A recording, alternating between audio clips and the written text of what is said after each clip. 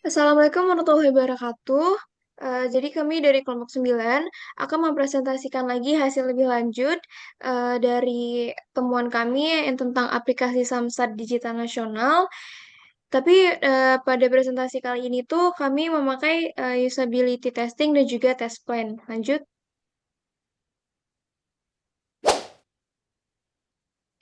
Jadi sebelum kita masuk ke pendahuluannya, mungkin saya akan memperkenalkan dulu kelompok saya.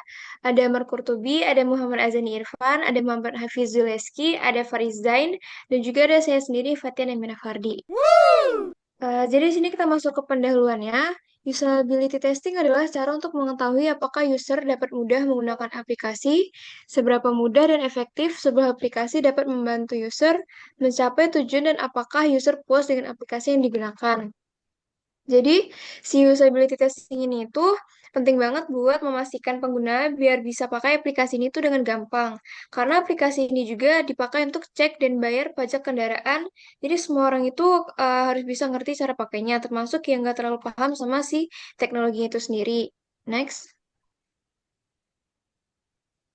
Nah, untuk test plan-nya di sini merupakan dokumen yang merinci tujuan dan alur usability testing. Pada test plan terdapat daftar aktivitas pengujian dengan format berisi pertanyaan, langkah-langkah aktivitas, data yang didapatkan, dan cara mengukurnya.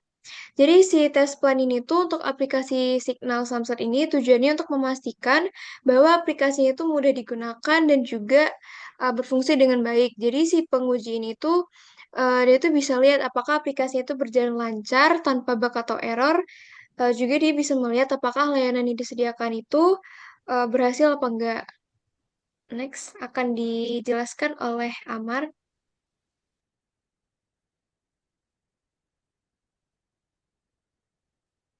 Oke, untuk latar belakangnya, di zaman yang serba digital, salah satu kebutuhan bagi masyarakat itu adalah transportasi. Nah, pemerintah untuk memudahkan masyarakat dalam membayar STNK atau membayar pajak kendaraan, maka dibuatlah satu buah aplikasi yang namanya Samsat Digital Nasional atau disingkat dengan aplikasi Signal. Nah, yang namanya sebuah aplikasi itu pasti punya yang namanya kelemahan dan juga kelebihan. Sehingga di sini kami melakukan usability testing untuk menemukan apa sih yang kelebihannya, apa aja kelemahannya. Selanjutnya, ada metodologi penelitian. Metodologi penelitian ini untuk menyelesaikan suatu kasus di mana tim kami melakukan observasi langsung ke lapangan dengan melakukan wawancara dan mengumpulkan data dari penguji-penguji. Kemudian tujuan dari dilakukannya metode penelitian ini adalah eh, kami mengumpulkan persona dari pengujinya, di mana di personanya nanti akan ada nama dan juga deskripsi sedikit tentang si penguji. Kemudian kami juga melakukan heuristic evaluation untuk melakukan sebuah metode usability test untuk mendeteksi suatu masalah sebelum melakukan evaluasi kepada user. Selanjutnya akan dijelaskan oleh teman saya.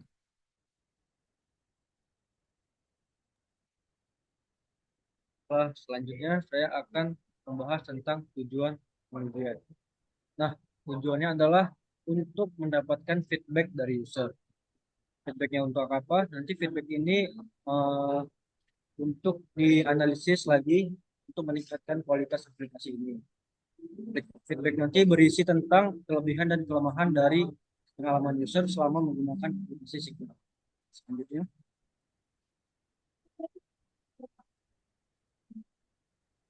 berikut ini merupakan user-user yang ada di penelitian kami. Yang pertama itu adalah Gita Rosmawan, berumur 22, kerja sebagai penjual makanan, bertempat tinggal di Cotung, Aceh Besar. Selanjutnya, selanjutnya ada Afrizal, berumur 30, bekerja sebagai customer service, sudah menikah dan bertempat tinggal di Banda Aceh.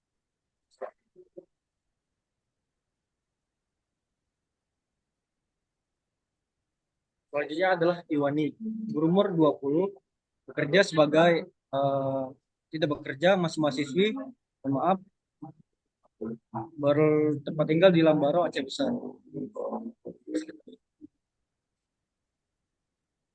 Selanjutnya adalah Martonis, berumur 27, bekerja sebagai pedagang, belum menikah, bertempat tinggal di Banda Aceh.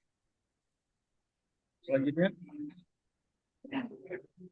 lalu ada Boy, berumur 30, berprofesi sebagai polisi, sudah menikah dan memiliki anak, bertempat tinggal di Banda Aceh. Next. Yang terakhir adalah Yanti Susilawati, berumur 46 tahun, sebagai ibu rumah tangga, menikah, berlokasi di Banda Aceh.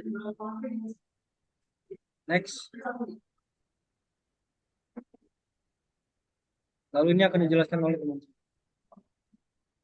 Jadi pada slide ini ada daftar aktivitas. Untuk aspek usability-nya, pada soal pertama adalah seberapa mudah menggunakan aplikasi tersebut.